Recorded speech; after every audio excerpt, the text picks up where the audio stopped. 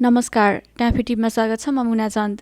मेरो आँखामा चीन स्तम्भको 16औं श्रृङ्खलामा आज हामीले चीनको अर्थतन्त्रको अवस्थासहित 5वटा शीर्षकमा संक्षिप्त जानकारी लिएर आएका छौँ। अब सुरु गरौँ आजको श्रृङ्खलाबाट। चीनको अर्थतन्त्रको अवस्था। सन् 1949मा नयाँ चीनको स्थापना भएदेखि यता चीनको अर्थतन्त्रमा तीव्र विकासको गतिले निरन्तरता पाएको छ।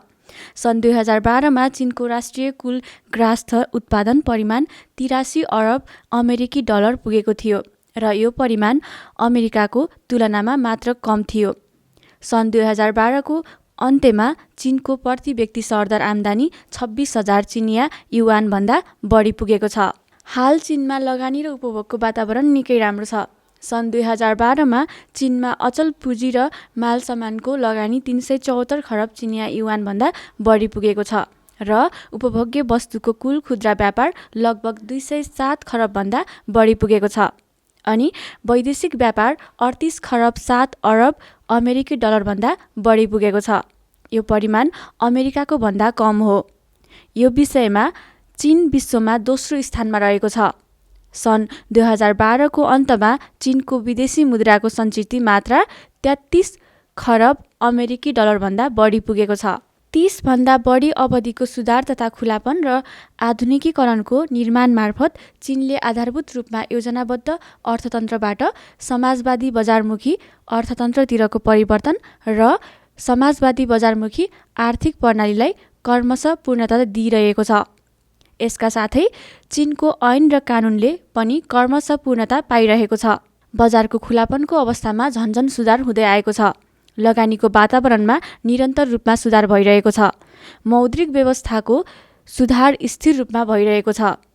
यी कदमहरूले चीनको अर्थतन्त्रको निरन्तर विकासका लागि सबल आधार उपलब्ध गराएका छन्।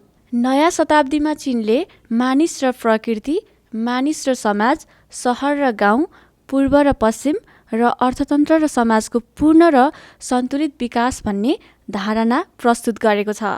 दोस्रो शीर्षक रहेको छ उत्पादनको बनोट, राष्ट्रिय आर्थिक प्राविधिक विकास क्षेत्र।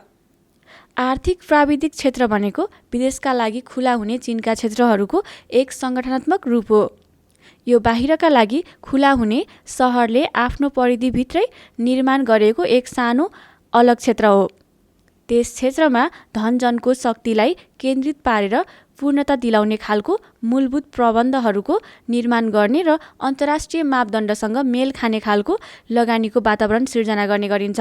विदेशी पुँजी भित्र्याउने तरिका मार्फत उच्च र नयाँ प्रविधि युक्त व्यवसायको प्रधानतामा रहेको आधुनिक औद्योगिक बनोट तयार हुन्छ, जुन त्यस सहर तथा वरिपरिका क्षेत्रहरूका बाहिरी भागका लागि आर्थिक तथा व्यापारिक विकास गर्ने दिशाको महत्त्वपूर्ण क्षेत्र बन्नेछ। सन् 1988मा चीनको राज्य परिषदले विदेशका लागि खुला हुने 14वटा समुद्र तटवर्ती सहरहरूमा पहिलो खेपमा तालेन, छिङह्वाङताउ, थेनचिन, एनथाई, छिङताउ, लेनयुनकाङ, नानथोङ, मिङहाङ, होङछ्या, छाउहचिङ, निङपो, फुचौ, क्वाङचौ, चानच्याङ गरी 14वटा राष्ट्रिय आर्थिक प्राविधिक विकास क्षेत्रको स्थापना गर्न अनुमोदन गरेको थियो। हालसम्म चीनमा खडा गरिएका राष्ट्रिय स्तरका आर्थिक प्राविधिक विकास क्षेत्रहरूको सङ्ख्या 49 पुगेको छ। तीमध्ये पूर्वी समुद्री तटवर्ती भेगमा 27 र मध्य र पश्चिमी भेगमा 22वटा छन्। यसका अतिरिक्त चीनको राज्य परिषदले त्यसपछि पनि सुचौ औद्योगिक क्षेत्र, चिनछ्याओ निकासी प्रशोधन क्षेत्र, निङपो सहरको तासे आर्थिक प्राविधिक विकास क्षेत्र, स्यामन सहरको हाइछाङ लगानी क्षेत्र र हाइनान प्रान्तको याङफू विकास क्षेत्र लगायतका क्षेत्रहरूमा आर्थिक प्राविधिक विकास क्षेत्रको स्थापना गर्ने सम्बन्धी नीतिलाई अनुमोदन गरेको थियो। राष्ट्रिय स्तरको आर्थिक प्राविधिक विकास क्षेत्र विदेशका लागि खुला हुने चीनका क्षेत्रहरूको महत्त्वपूर्ण सङ्गठनात्मक भाग हो। ती क्षेत्रहरू प्रायजसो विभिन्न प्रान्त, सहर वा स्वायत्त प्रदेशको सदरमुकाम जस्ता मुख्य सहरमा अवस्थित छन्। बाहिरका लागि खुला हुने समुद्र तटवर्ती सहर वा अरू खुला सहरहरूमा एक सानो क्षेत्रलाई तोकेर त्यसमा धनजनको शक्तिलाई केन्द्रित पारेर पूर्णता दिलाउने खालको मूलभूत प्रबन्धहरूको निर्माण गर्ने र अन्तर्राष्ट्रिय मापदण्डसँग मेल खाने खालको लगानीको वातावरण सिर्जना गर्ने गरिन्छ। तेस्रो शीर्षक रहेको छ आर्थिक अवस्था, समाजवादी बजारमूलक आर्थिक अवस्था। सन् 1949मा जनगणतन्त्र चीनको स्थापना भएदेखि पछिका 30 वर्षमा चीन सरकारले योजनामूलक अर्थव्यवस्था लागू गरेको थियो। विशेष राष्ट्रिय संस्थाले विभिन्न क्षेत्रमा आर्थिक विकासको लक्ष्य तोकेको थियो। यस अवस्थाले चीनको अर्थतन्त्र योजना अनुसार लक्षित रूपमा स्थिरताका साथ विकसित भए तापनि अर्थतन्त्रको आफ्नो शक्ति तथा विकासको गतिलाई गम्भीर रूपमा सीमित पारेको थियो। गत शताब्दीको 70को दशकको अन्तमा चीनले योजनाबद्ध आर्थिक अवस्थामा सुधार गर्न थाल्यो। सन् 1978मा चीनको ग्रामीण क्षेत्रमा मुख्यतः केही परिवार मिलेर जग्गा जमिनमा संयुक्त रूपमा खेतीपाती गर्ने व्यवस्था लागू भयो। सन् 1984मा आर्थिक सुधारको कार्य गाउँदेखि सहरसम्म फैलिएको थियो। सन् 1992मा चीनमा समाजवादी बजारमूलक अर्थव्यवस्थाको स्थापना लक्षित सुधारको दिशा निश्चित गरियो। सन् 2003को अक्टोबरमा चीनमा समाजवादी बजारमूलक अर्थव्यवस्थाको लक्ष्य तथा कार्यभार निश्चित गरियो। त्यसपछि चीनले समाजवादी बजारमूलक अर्थव्यवस्थाको निर्माण गरिरहेको छ र हालसम्म समाजवादी बजारमूलक अर्थव्यवस्था दिन प्रतिदिन स्थापित हुँदै आएको छ। चौथो शीर्षक रहेको छ स्वामित्वको बनोट। चीनको संविधान बमोजिम मुलुकमा समाजवादको प्रारम्भिक चरणमा सार्वजनिक स्वामित्व प्रधान रहेको र बहुस्वामित्वयुक्त संयुक्त विकासको मूलभूत आर्थिक व्यवस्था लागू गर्ने तथा काम अनुसार माम भन्ने सिद्धान्त प्रधान रहेको नाना थरीका वितरण प्रणालीको सह अस्तित्वयुक्त वितरणको व्यवस्था लागू रहेको छ। हाल चीनको अर्थतन्त्रमा स्वामित्वका आधारमा सरकारी अर्थतन्त्र, सामूहिक अर्थतन्त्र, निजी अर्थतन्त्र, व्यक्तिगत अर्थतन्त्र, संयुक्त पुँजीबाट सञ्चालित अर्थतन्त्र, शेयर रूपी अर्थतन्त्र, विदेशी व्यापारीको पुँजीबाट सञ्चालित अर्थतन्त्र र चीनको हङकङ, मकाउ र थाइवानका व्यापारीको पुँजीबाट सञ्चालित अर्थतन्त्र समावेश छन्। सरकारी अर्थतन्त्र भनेको उत्पादन सामग्री मुलुकको नियन्त्रणमा रहने एक किसिमको आर्थिक ढाँचा हो। सामूहिक अर्थतन्त्र भनेको उत्पादन सामग्री नागरिकहरूको सामूहिक हकमा रहने एक किसिमको आर्थिक ढाँचा हो। निजी अर्थतन्त्र भनेको उत्पादन सामग्री श्रमिक स्वयं आफ्नै हकमा रहेर भाडावल श्रमिकलाई लिने आधारमा रहेको एक किसिमको आर्थिक ढाँचा हो। व्यक्तिगत अर्थतन्त्र भनेको उत्पादन सामग्री श्रमिक स्वयं आफ्नै हकमा रहेर निजी श्रमको आधारमा श्रमबाट प्राप्त फल निज श्रमिकले लिने र त्यसको उपभोग गर्ने एक किसिमको आर्थिक ढाँचा हो। संयुक्त पुँजीबाट सञ्चालित अर्थतन्त्र भनेको फरक फरक स्वामित्वमा रहेका व्यवसायहरूका बीच अथवा व्यवसाय र सरकारी कार्यालयका बीचको संयुक्त लगानीमा गठित नयाँ आर्थिक समूह जस्तो एक किसिमको आर्थिक ढाँचा हो। शेयर रूपी अर्थतन्त्र भनेको दर्तामा राखिने सम्पूर्ण रकम पुँजी सबै शेयरदारहरूले संयुक्त रूपमा लगाएको साथै शेयरको तरिका मार्फत ती पुँजीहरू लगानी गरेर व्यवसाय सञ्चालन गर्ने एक किसिमको आर्थिक ढाँचा हो।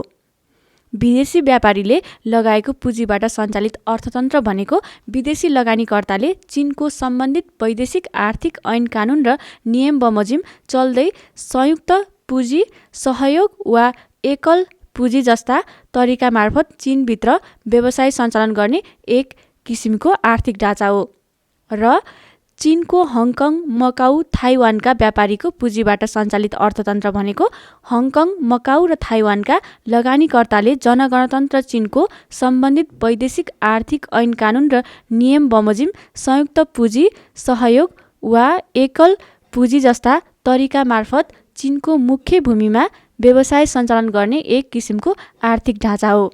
विदेशी व्यापारीको पुँजीबाट सञ्चालित अर्थतन्त्रका अनुसार यसलाई संयुक्त पुँजीबाट सञ्चालित व्यवसाय, सहयोग मार्फत सञ्चालित व्यवसाय र एकल पुँजीबाट सञ्चालित व्यवसाय गरी यी 3 तरिकामा बाँडिएको छ। चीनको संविधानमा तोकिए अनुसार कुनै पनि सङ्गठन वा निजी व्यक्तिलाई कुनै पनि माध्यम मार्फत राष्ट्रिय वा सामूहिक धन सम्पत्तिमाथि दखल गर्ने वा त्यसलाई बिगार्ने, भत्काउने, नष्ट गर्ने छुट दिइने छैन।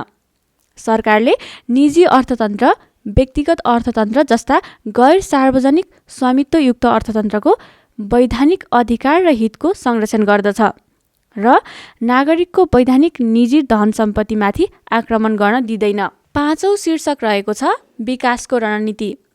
सन् 1987 को अक्टोबर महिनामा आयोजित चिनिया कम्युनिस्ट पार्टीको 13औं राष्ट्रिय महाधिवेशनले चिनको आधुनिक निर्माण सम्बन्धी 3 पाइला शीर्षकको रणनैतिक कार्यक्रम स्पष्टताका साथ अघि सारेको थियो। यसको ठोस र वास्तविक लक्ष्य यस प्रकार छ। पहिलो पाइला, सन् 1981 देखि सन् 1990 सम्ममा चिनको कुल राष्ट्रिय गाँसको उत्पादनमा दोब्बर वृद्धि हुनुपर्ने र जनताको गाँस-बासको समस्याको समाधान गर्नुपर्ने। दोस्रो पाइला, सन् 1991 देखि 20औं शताब्दीको अन्त्यसम्ममा कुल राष्ट्रिय गाँसको उत्पादनमा फेरि दोब्बर वृद्धि गरी जनताका सम्पूर्ण आवश्यकता पूर्ति भएको सम्पन्न स्तर कायम गर्नुपर्ने। र तेस्रो पाइला, 21औं शताब्दीको मध्यसम्ममा हरेक चिनिया नागरिकको सरदर कुल राष्ट्रिय गाँसको उत्पादन विश्वको मध्यम विकसित मुलुकको स्तरमा पुगी जनताको जीवन अपेक्षाकृत धनी स्तरको हुनुपर्ने र आधारभूत रूपमा चिनमा आधुनिकीकरणको लक्ष्य साकार हुनुपर्ने छ। सन् 1997 को सेप्टेम्बर महिनामा चिनिया कम्युनिस्ट पार्टीको 15औं राष्ट्रिय महाधिवेशनले फेरि उपरोक्त 3 पाइला सम्बन्धी सङ्घर्षशील लक्ष्यलाई अरू बढी विस्तृत रूप दिएको थियो, जुन यस प्रकार छन्। 21औं शताब्दीका पहिलो 10 वर्षभित्र चिनले कुल राष्ट्रिय गाँसको उत्पादन परिमाणमा सन् 2000 को तुलनामा दोब्बर वृद्धि गरेर जनतालाई झन सम्पन्न र धनी पार्ने लक्ष्य साकार तुल्याउनु पर्ने र अपेक्षाकृत पूर्ण समाजवादी बजारमुखी अर्थतन्त्रको प्रणाली तयार पार्न सक्ने र सन् 2012 को अन्तसम्म चिनको औसत गाँसको उत्पादन 519 खर्ब युआनभन्दा बढी पुगेको थियो। फेरि अर्को 10 वर्षसम्मको प्रयास मार्फत राष्ट्रिय अर्थतन्त्रलाई झन विकसित तुल्याउने र विभिन्न ऐन नियमलाई झन पूर्णता दिलाउने, सन् 2050 मा मोटामोटी रूपमा आधुनिकीकरणको लक्ष्य साकार पारी चिनलाई समृद्ध, प्रजातान्त्रिक र सभ्य समाजवादी मुलुकको रूपमा स्थापित गर्नुपर्ने। आजको श्रृङ्खला तपाईँलाई कस्तो लाग्यो? हामीलाई कमेन्टमा अवश्य बताउनुहोला। साथै आजको श्रृङ्खला तपाईँलाई राम्रो लाग्यो भने लाइक र सेयर गरी हाम्रो च्यानललाई सब्स्क्राइब गर्न नभुल्नुहोला। आजको लागि यति नै। अर्को भिडियोमा अझै रोचक जानकारी लिएर आउने नै छौँ। तबसम्मको लागि बिदा दिनुहोस्। नमस्कार।